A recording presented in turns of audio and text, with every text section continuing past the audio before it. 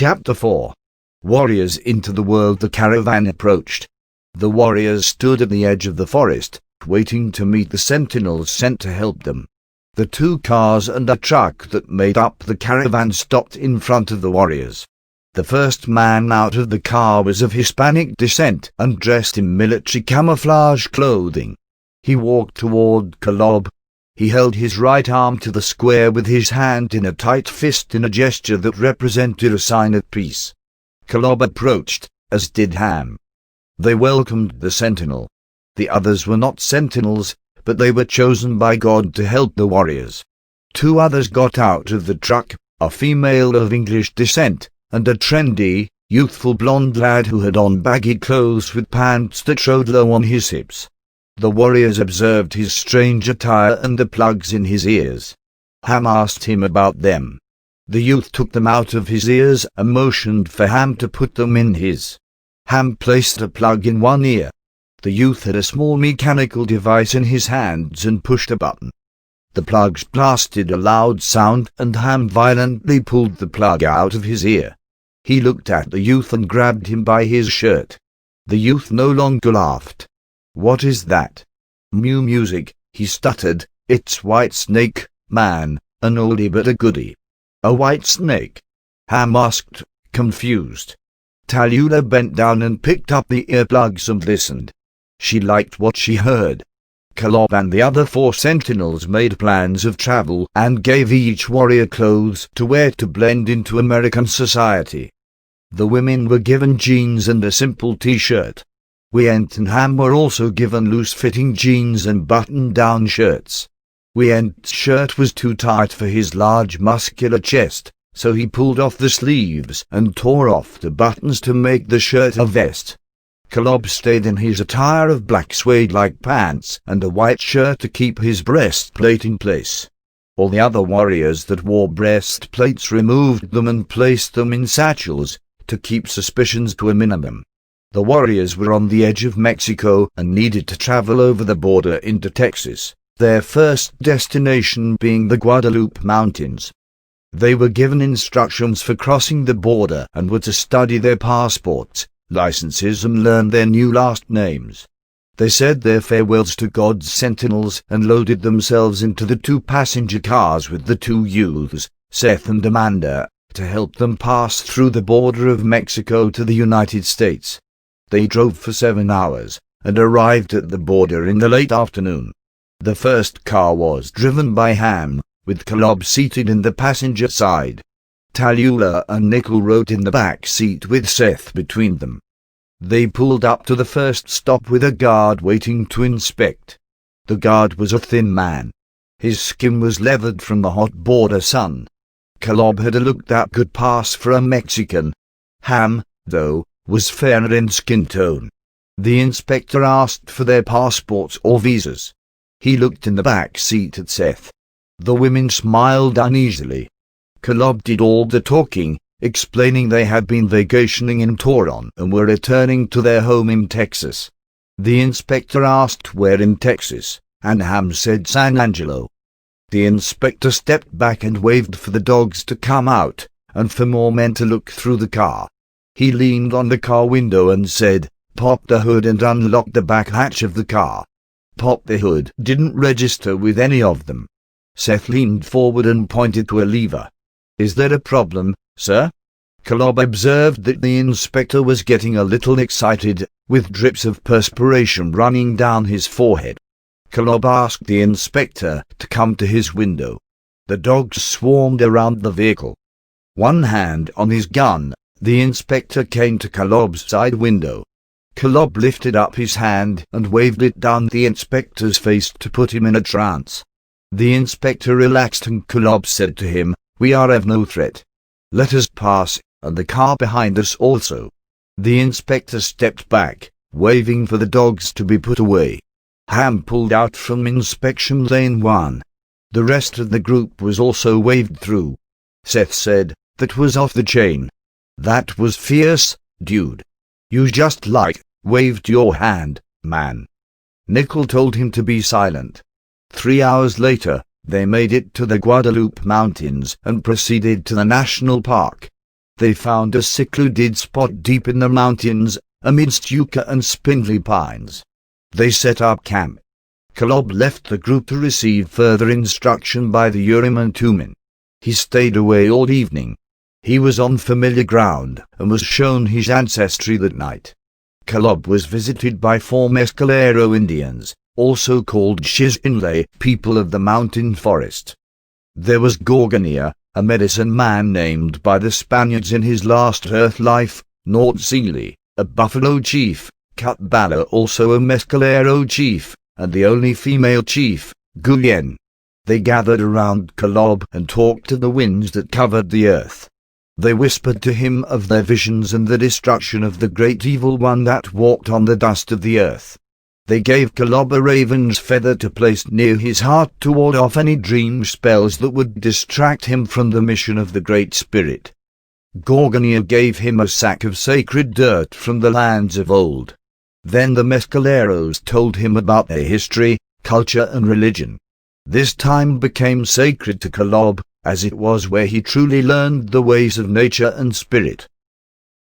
Sunrise was warm and golden with a touch of red gleaming on the few clouds floating about.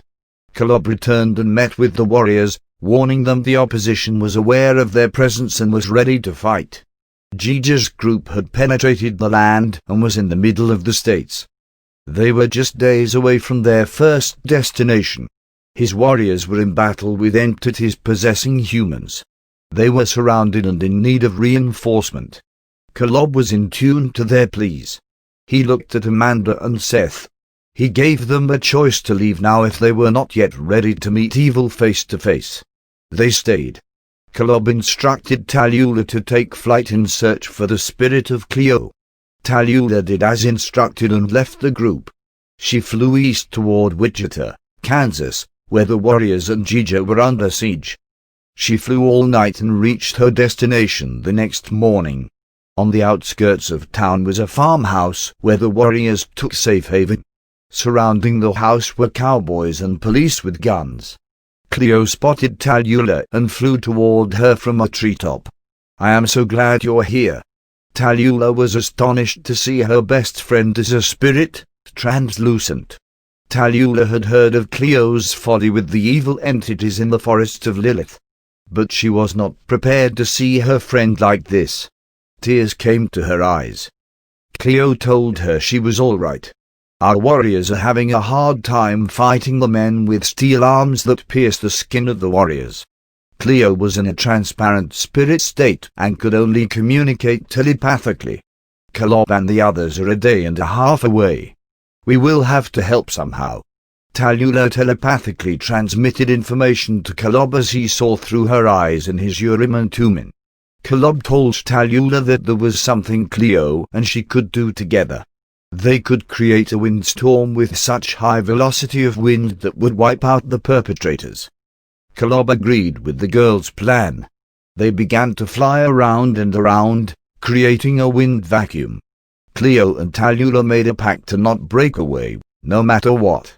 They started slowly over the men and flew in a circular motion faster and faster, until the winds rose to 70 miles per hour.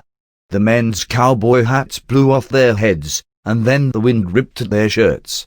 They ran to the cars and hunkered down. All of a sudden Talula's heart began to glow and her strength grew immeasurable. She stopped the wind tunnel and flew above the men's trucks. Cleo was confused as she watched her best friend open her arms wide, and as she brought them together it created a fantastic wave of turbulent air that immediately tossed the cars miles away. Cleo flew to her side, astonished at her power. The warriors in the house also witnessed some of it through the windows, which were shattered by the blast. Talula's heart light grew dim and she floated to the ground. Once she touched earth, she fell to the grass. Jija rushed out of the shattered house, picked up Talula and carried her inside. She remained unconscious for some time. When she came to, Jija and Admin were at her side. "What happened?" Talula rose up from a broken-down couch. Admin laughed and said, "Don't you remember? With the clap of your hands, the cars were tossed miles away. Kolob had watched the whole event through the Urim and Thummim and was amazed at Talula's power. "We will continue on together. Kolob and the rest will catch up. We must keep moving. Menad knows we are here," Talula said. Cleo took flight. Admen, Gija, Talula, Reem and Filma took off on foot until they could find transportation. They came across a low building with neon signs in the windows and several motorcycles parked out front. Each warrior waved his hand over the bike of his choosing and it started. As the bikes rumbled, men in the building started to filter out of it. The warriors drove out of the parking lot and down the road. They didn't look back at the angry, leather-clad men. By motorbike they made it to Hannibal, Missouri by nightfall. The warriors pulled into an inconspicuous motel. Meanwhile, Kolob's warriors were traveling 12-hour days to catch up with Gija's group and had not been threatened at all, which concerned them. The opposition had fallen back. Admin and Talula went to check into the motel. A thin, southern man greeted them. Admin raised his hand and slowly waved it in front of the man's face. He went into a trance and gave them 3 keys for rooms without paying or signing in. "Sweet," Talula remarked. Admin struck her as a good, strong, handsome man of God. "Sweet, in what way?" he asked. She just bounced by his side and smiled. Talula and Gija shared a room. He was concerned with protecting her, as she seemed to be the chosen one. The rooms were all connected. They left the connecting doors open so as to be aware of any sudden attacks by Menad's followers. Cleo stayed outside to decipher any evil entities trying to make claim on the warriors' lives. Cleo, being a spirit in form, was more likely to escape any trials that lay ahead. Her personage looked the same, but not solid, composed of pure, enforceable energy. She could not tire nor sleep. She had lost every fighting power that was promised her, having left only telepathic powers. The warriors fell into a deep sleep, all but Filma. His greatest power was his mind and ability to understand technology. He sat up until dawn with his boomerang in hand. Admin relieved him in the early morning, so he could sleep for a few hours before the rest rose for a long day's trek. In the morning, the group crossed the street to the local diner for breakfast. The waitress was dressed in a dowdy pink dress with a few stains on the front. She approached the group with a slight grin on her thin lips. "So, is the wrestling convention in town, boys?" Admin looked confusedly at the other warriors. She continued, "You're some awfully big boys. Don't eat us out of house and home." She returned with menus in hand. Talula whispered to Gija, "What does she mean, eat us out of house and home?" Gija shrugged. They sat down at the table selected for them. "The special this morning is the sunshine eggs over easy, and biscuits and gravy. If you want bacon or sausage, that will be $1 extra." "So what will it be, boys?" Filma asked to have 2 of the special on 1 plate. Admin ordered coffee and oatmeal with bananas on the side. Gija also ordered the special with the large orange juice, and Talula chose cereal with strawberries, her favorite. Reem ordered 2 of the special with milk and a side of breakfast steak. "Okay, boys, that's quite the order. Be patient, Ed's cooking alone today, so it will take about 30 minutes to get your orders prepared." The middle-aged waitress winked at Admin. He smiled back at her politely. An elderly couple sat a few tables away, staring at the group. So were the good old boys in the corner table. Once the group received their food, Admin and Reem scarfed down their meals, as did Filma, and loved every morsel of it. Suddenly Gija heard Cleo telepathically warning them of evil entities flying their way. These entities were sent by Lilith. The entities were a black flow of evil energy that swarmed their prey and drove them insane with their dark visions. They entered the minds of their victims, exuding such evil no human could comprehend it without losing their sanity. The warriors recognized how to block this energy from entering in, but normal humans did not. The warriors were alerted by Gija and left the table. Reem and Gija walked over to the entrance door window and witnessed the entities in a large number flying overhead and swarming around the diner. Cleo was fighting them off her. "Hey boys, here's your tabs before you go." The waitress scooted over to them, seeing Gija and Reem's urgency to leave. Call Filmer dropped a $100 bill on the table and said to keep the change. The warriors knew better than to go outside. They would need the cover of the diner to fight these demonic energies. Talule looked around at the people inside and walked over to the waitress. "Do you have any doors or windows open?" "Just the back door, hun. We leave it open to keep the kitchen cool or Ed sweats up a storm cooking," she said with a disgusted chuckle. Alarmed, Talula pushed her way past the waitress and into the kitchen. She spotted the open door and weaved her way through the kitchen to slam the door shut.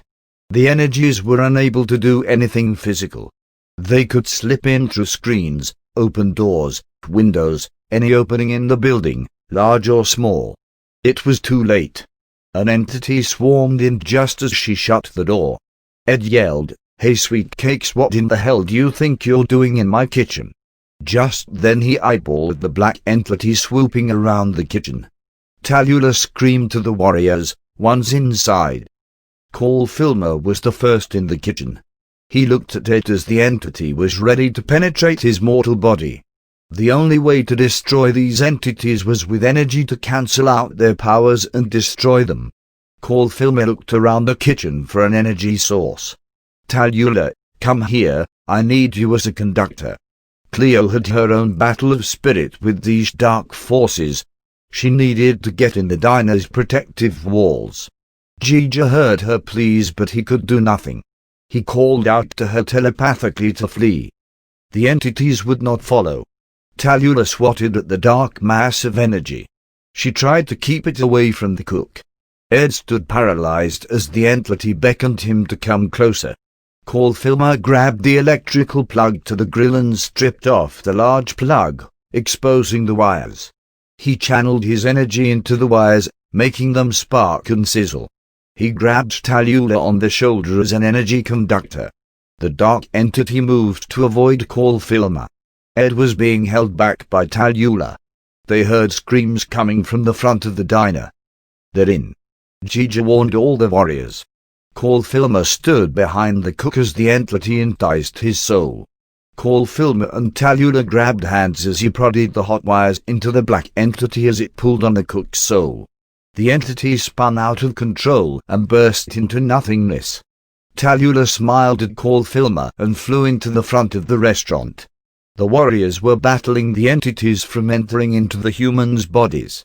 Talula's heart region began to glow brighter and brighter as she rested her feet onto the floor. She turned in a circle slowly. The black shadow forms dissipated when they were hit by her heart light. Gija and the rest stood amazed. They had no knowledge that she had this capability. The restaurant was clear. Call Filmer walked over to Talula. "Well, that would have been much easier than my idea." He patted her on the back. Gija approached her and looked at her dimming heart glow. "When did you receive this power?" "It happened in Eden. It just happened." Gija nodded and said, "Let's take our leave." The patrons in the restaurant all sat back down in their seats and resumed their empty conversations while eating breakfast as if nothing had happened. The waitress went over to the warriors' table and picked up the $100 bill. With a big smile she watched them ride down the road. Continuing their travels as the Lord commanded, Kalob's party were led by the Urim and Thummim to the cruelty of this world. The warriors with Amanda and Seth pulled into a dairy farm. Though it was a moonless night, the stars were also vacant from the sky. The warriors pulled over to the side of the road that led to a farm.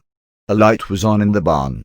Kalob could smell the foul stench of mortal evil as they walked up the path to the large barn.